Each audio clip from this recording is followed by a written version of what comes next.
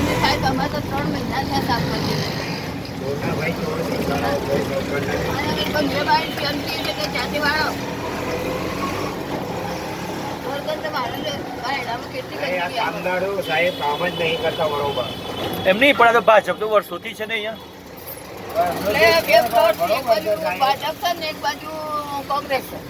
એમ નહીં પણ ભાજપને આટલો બધો વોટ આલે છે સરકાર બનાવવા તમે હિન્દુ તો પછી આ બધા સરકારને બને પછી રૂપિયા ઘણા આલે.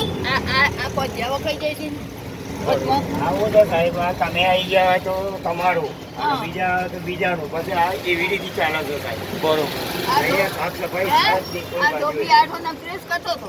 અત્યારે કેટલા ભાજપમાં આપણે ઘરો બનાવ્યો, ખેતરો લીધો. તો તમે જુઓ હિંમતનગરના સાફ સફાઈ પાસે કામદારો કેટલા. અહીં તો સાહેબ એક કામદાર આજે આવા તો ગઈ વાર 10 લાખે આવી જાય. નગરપાલિકામાં કોઈ ખબર નથી. પગાર લેવા તો આજુ આ ગટોડો લાગી